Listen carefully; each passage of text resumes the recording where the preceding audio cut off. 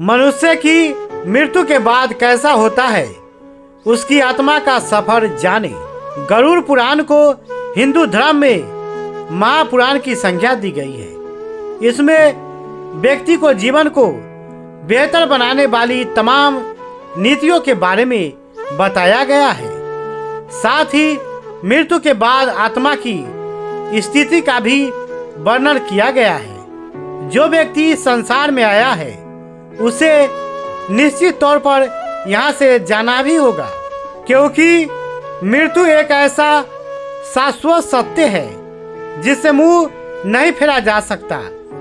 हमारे जीवन काल में जो कुछ भी घटता है वो सब तो हम लोग देखते भी हैं और महसूस भी करते हैं, लेकिन मृत्यु के बाद हमारी आत्मा के साथ क्या होता है इसका पता किसी को नहीं होता। गरुड़ पुराण में जीवन की तमाम नीतियों के अलावा मृत्यु के बाद आत्मा की तमाम स्थितियों के बारे में भी बताया गया है। यहाँ जानिए कि मृत्यु के समय इंसान कैसा महसूस करता है और मरने के बाद इंसान की आत्मा का सफर कैसा होता है। गरुड़ पुराण के मुताबिक मृत्यु से कुछ समय पहले व्यक्ति की बोलचाल आमतौर पर बंद हो जाती है। उसकी सभी इंद्रियां शिथिल पड़ने लगती है और वो परमात्मा के दिव्य दृष्टि से सारे संसार को एक रूप में देखना शुरू कर देता है। इस दौरान उसके कर्मों की भी एक रील सी उसके आंखों के सामने से गुजरती है।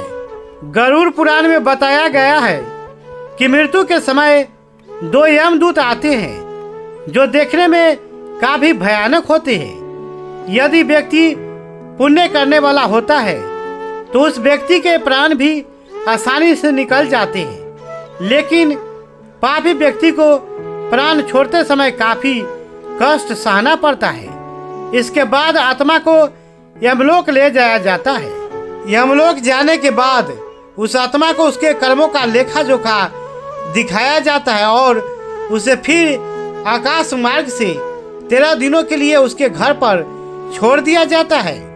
घर आने के बाद आत्मा अपने शरीर में प्रवेश करने का प्रयास करती है, लेकिन यमदूत के बंधन से उसका मुक्त हो पाना मुमकिन नहीं होता। गरुड़ पुराण के अनुसार मृत व्यक्ति की संतान 10 दिनों तक उसके निमित्त जो पिंड दान करती है उससे ही आत्मा को चलने की शक्ति मिलती है। 13 दिनों बाद यमदूत फिर से उसे यमलोक ले जाते हैं। इस सफर में 47 दिनों तक आत्मा को कठोर रास्ते से होकर गुजरना पड़ता है। बैतरणी नदी पार करनी होती है। यमलोक पहुंचने के बाद चित्रगुप्त उसके समक्ष यमराज को उसके कर्मों का लेखा जोखा बताते हैं। उसके बाद ही यमराज ये निर्धारित करते हैं कि आत्मा को स्वर्ग भेजा जाए या नरक। यमराज द्वारा निर्धारित स्थान पर अपने कर्मों को भोगने के बाद वो आत्मा फिर से जन्म लेती है। दोस्तों, इसी प्रकार के वीडियो को देखने के लिए चैनल को सब्सक्राइब, वीडियो को लाइक एंड शेयर करने का कष्ट करें। धन्यवाद।